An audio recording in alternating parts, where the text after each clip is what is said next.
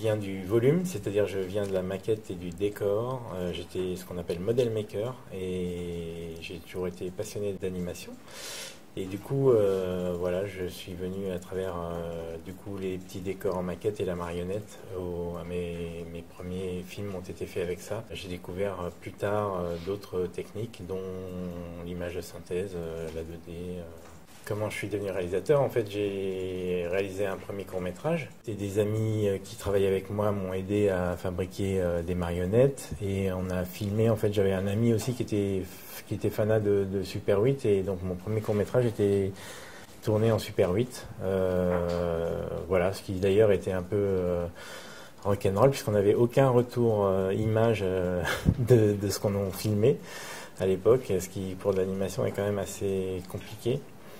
Et c'était vraiment un gros suspense le jour où on a amené toutes les bobines à développer et le jour où on a attendu surtout le télécinéma pour voir si on avait quelque chose ou pas. Suite à ce premier court-métrage, j'ai rencontré Patrick Hernandez de Bagan Film, avec qui j'ai fait les suivants aussi du coup. En fait, ça fait bientôt 15 ans qu'on travaille ensemble, on a fait des clips, des pubs et des films institutionnels dans diverses techniques d'animation. Mais je suis curieux, donc voilà, après j'aime bien savoir ce qui peut se faire en 2D, en 3D, en papier découpé ou des choses que j'ai pas encore faites. Donc moi en fait, le premier court-métrage dont je vous parlais a été fait avec des marionnettes filmées en direct, qu'on appelle live puppet.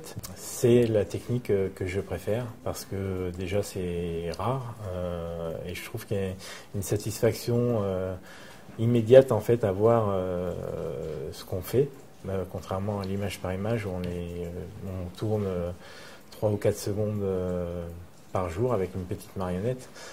C'est un peu plus fastidieux et je préfère avoir une marionnette filmée en direct et avoir ainsi à diriger un marionnettiste ou un animateur marionnettiste comme on dirige un acteur quoi finalement. Le live puppet, ce sont des objets ou des marionnettes animées par un marionnettiste en direct. Alors la série chez nous la plus connue c'est le Muppet Show. On a aussi connu Sesame Street et il y a aussi eu des séries anglaises comme les Thunderbirds ou Captain Scarlet. Il y a donc le créateur du Muppet Show qui a fait dans le début des années 80 un film qui s'appelait Dark Crystal qui m'a aussi beaucoup marqué parce que je trouve qu'encore aujourd'hui il est très, très original du point de vue de la technique.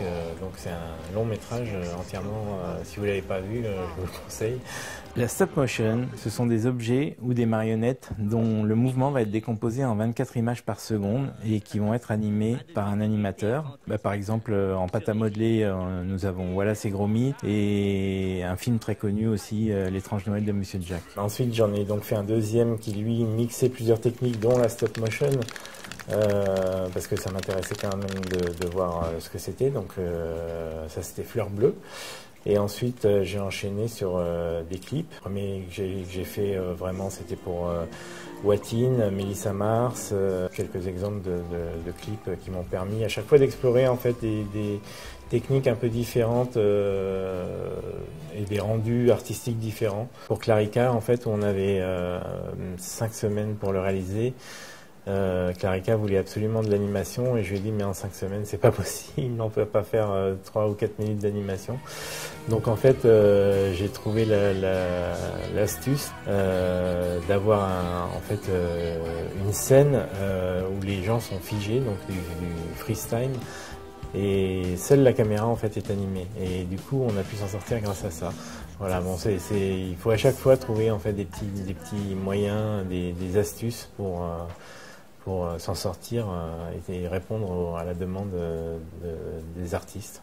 Alors le clip de Watine, donc The Strings of My Fate, a été réalisé avec une marionnette et des décors. C'est vraiment une technique que je voulais expérimenter et une esthétique aussi que je voulais essayer puisque on était vraiment en caméra HD avec une marionnette, du fond vert, du décor prolongé en images de synthèse grâce à des matte painting, des petites choses en 3D, tout ça mélangé donne je trouve un cachet à l'image assez original et un peu et très esthétique en fait, qui me plaisait beaucoup et puis qui collait parfaitement à la chanson. J'ai aussi mon projet de long métrage, donc Troglodytes, Nous essayons de réaliser quelques minutes d'images de ce projet de long métrage en imaginant que au centre de la Terre vivent des créatures.